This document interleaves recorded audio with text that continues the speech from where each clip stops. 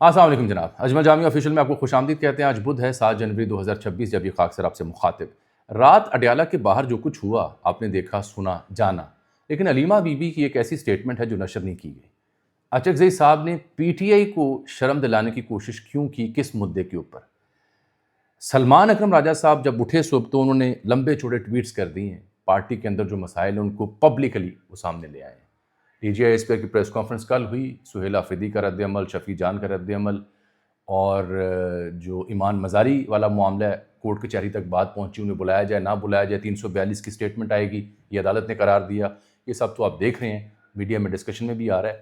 لیکن ساتھ جو اسلام آباد میں کٹ ہوا فواد چوہدری اینڈ کمپنی کا، وہاں ایک ریٹائرڈ فوجی افسر بھی گئے، وہاں پی ٹی آئی کے بھی ایک اہم ذمہ دار گئے، اس کے باوجود کہ پی ٹی آئی نے انکار کیا۔ وہ کون تھے، انہوں نے کیا بات کی؟ اور یہ جو اکٹھ ہو رہا ہے اسلام آباد میں چوائس ہب اینڈ کمپنی کا نیشنل ڈائلاگ کمیٹی، اس کا مطالبہ کیا ہے آج، اور یہ چاہتے کیا ہیں، کس کی آشر بات پر یہ حرکت میں آئے؟ دوسرا موضوع۔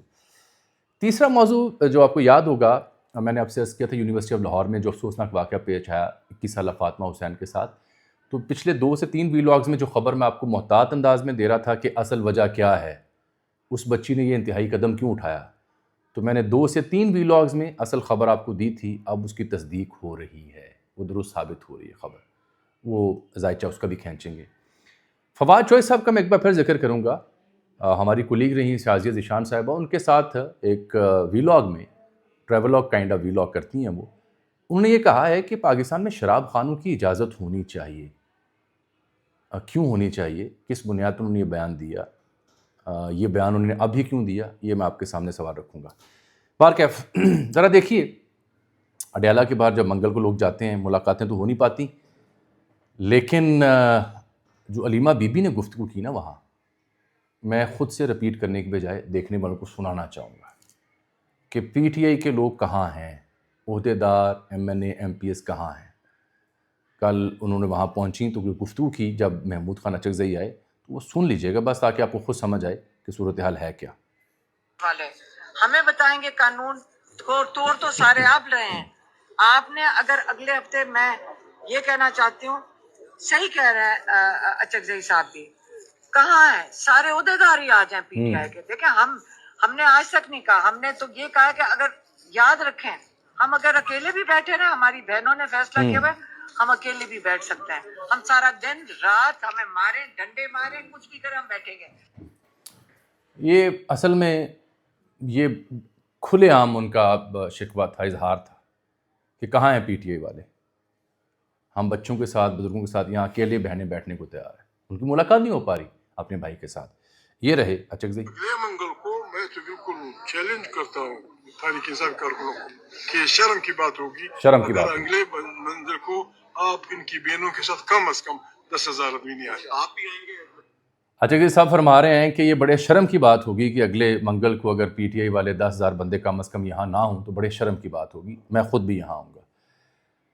اچکزئی علامہ راجہ ناصر باسطو وہاں پہنچتے ہیں، لیکن یہ سوال جو انہوں نے اٹھایا پی ٹی آئی کی قیادت کے اوپر، عہدیداروں کے اوپر، الیکٹڈ ممبرز کے اوپر، یہ وہ سوال ہے جو ورکر سپورٹر بھی پوچھتا ہے، اور یہ میں نے رپورٹ کیا آپ کو، خود سے کہنے کی بجائے 2 اہم جو لوگ ہیں ذمہ دار، ان کی زبانی میں نے بیان کر دیا۔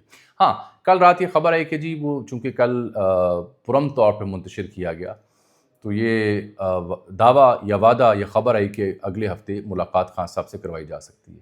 ایک دو صحافیوں کو میں نے دیکھا جنہوں نے لکھا ہوا تھا کہ شاید بیرسٹر گوہر ایک واحد شخص ہو سکتے ہیں جو خان صاحب سے ان کی ملاقات ہو سکتی ہے، باقی کسی کو شاید اجازت ابھی نہ ملے، یہ بھی اطلاع منظر عام پر ہے۔ لیکن میرا سوال ہے کہ بیرسٹر گوہر اکلا اندر جا کے ملاقات کرنے میں خود بھی کمفرٹیبل ہوں گے یا نہیں ہوں گے، کیا بوجھ اٹھا پائیں گے یا نہیں اٹھا پائیں گے، بہت تذبذب ہے۔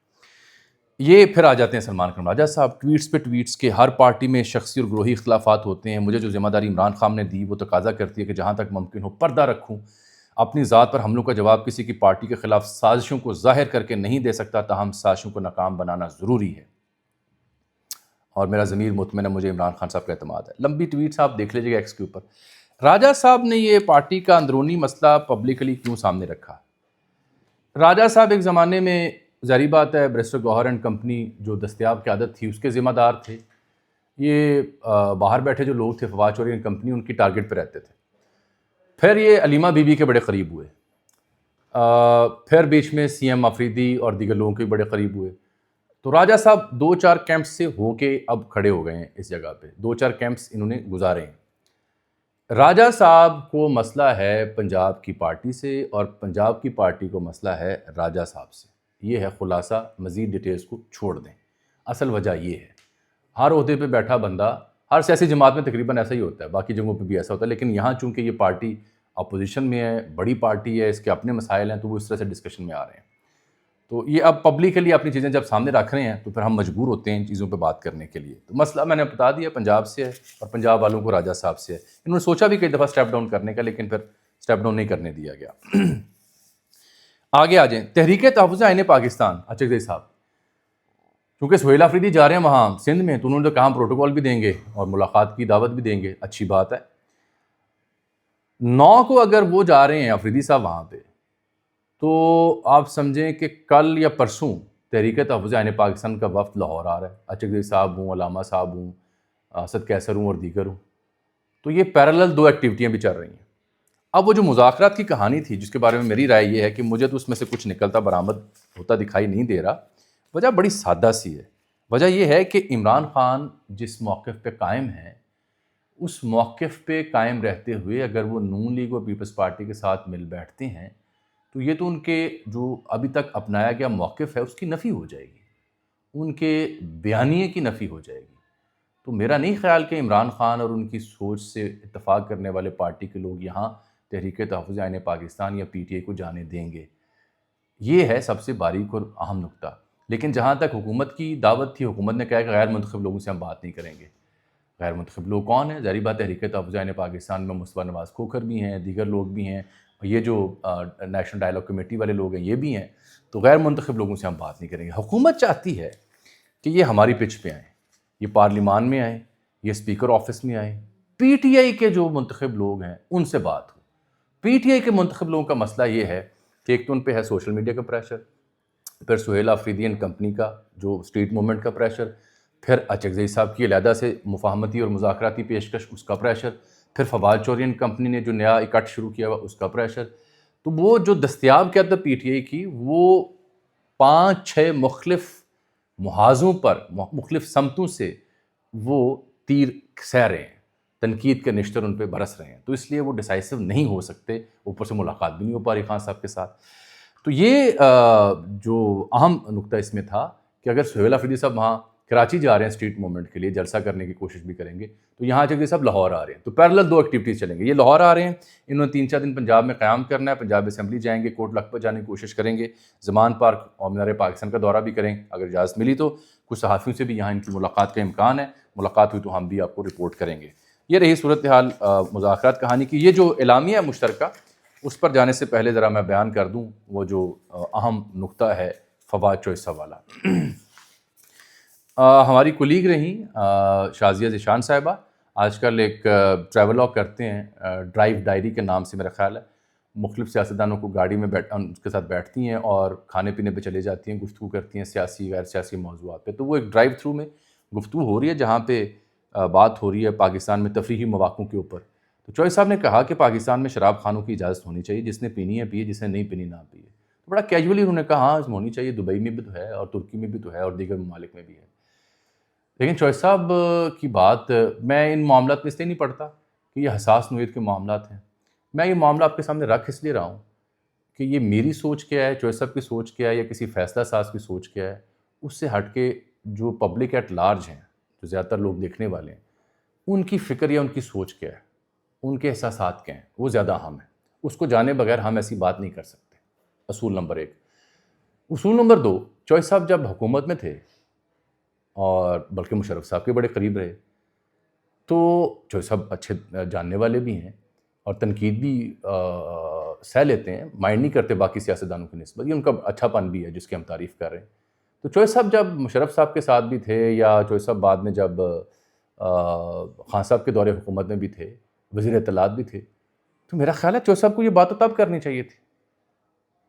اب کیوں کر رہے ہیں؟ اس وقت کیا موقع محل ہے؟ دہشت گردی خلاف جنگ ہے، سیاسی طور پر مذاکرات نہیں ہونے ہیں، اسٹریٹ موومنٹ جد و جہد فلاں ہو گیا، ڈھمکان ہو گیا، ایک عجیب و غریب معاملہ چل رہا ہے. تو اب یہ کیسے ہو رہا ہے؟ یا تو وہ نہ سمجھ آئے کہ ماشاءاللہ ملک جو ہے نا وہ 6.5 GDP پہ چلا گیا، اللہ کرے ایک دن جائے تو یہاں پہ بڑی امن آشتی اور خوشحالی آ گئی ہے اور سیر و تفریح کے مواقع پیدا ہو گئے ہیں، تو پھر بندہ کو ایسی پرپوزل دے تو سمجھ بھی آتی ہے۔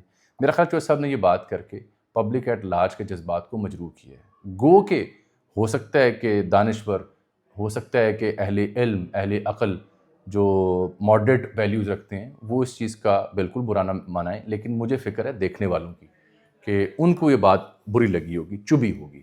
تو آپ رائے ضرور دیجیے گا، کیونکہ ترکی کی UAE کی انہوں نے مثال دی، یہ مثالیں اپنی جگہ ریلیونٹ ہیں، تلخ ہیں لیکن ریلیونٹ ہیں۔ ہم چونکہ تھوڑا سا لمیٹڈ سکوپ سے دیکھتے ہیں، لیکن مثال اپنی جگہ ہے۔ وہ مثال کا حوالہ دے کے جو صاحب نے یہ کہا ہوا ہے کہ اجازت ہونی چاہیے، جس نے پینی ہے پیے، جس نے نہیں پینی نہ پیے۔ ایک زمانے میں ہوتی بھی تھی، بعد میں پھر جو ہوا آپ کے سامنے ہے۔ یہ میں بیان کر دوں جو بچی کے حوالے سے میں نے خبر دی تھی آپ کو، وہ آپ سے میں عرض کر رہا تھا کہ فاطمہ حسین 21 سال کی طالبہ، نارنگ منڈی شیخو پورہ سے، یونیورسٹی آف لاہور کی۔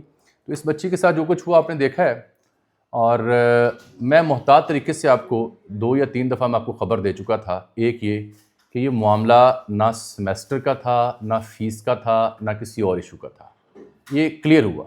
میں نے کل اور پرسوں کے ویلاگ میں اس کا ابتدائی پرفارمنس، ابتدائی ٹیسٹ بھی بتائے، نیا فون بھائی نے لے کے دیا وغیرہ وغیرہ، میں ریپیٹ نہیں کروں گا۔ مسئلہ یہ تھا کہ وہ جو 27 منٹ کی کال تھی نا، وہ جو ڈیلیٹ کی گئی، وہ ایک لڑکے کے ساتھ فون کال تھی مبینہ طور پر۔ اس کو پولیس نے ٹریس کر لیا ہے اور بتایا جا رہا ہے ابتدائی تحقیق کے مطابق کہ وہ تھا بنیادی وجہ۔ اب میں نے محتاط انداز میں جو خبر آپ کو دی تھی وہ کیا تھی اور کیسے تھی وہ بھی سنا دیں۔ آپ کو 2 ویلاگ میں دی وہ تقریباً درست ثابت ہو رہی ہے، انفارچونیٹ، کیونکہ بچی جو ہے 7:58 پر یونیورسٹی آتی، کلاس میں وہ نہیں جاتی، 27 منٹ تک فون پر بات کرتی ہے، ابتدائی تفتیش یہ بتا رہی ہے، اور پھر 8:30 وہ واقعہ جب یہ دوسری منزل پر پہنچتی ہے، اس واقعے سے پہلے بچی نے اپنے فون سے جو آخری کال تھی اس سے ڈیلیٹ کیا ہے۔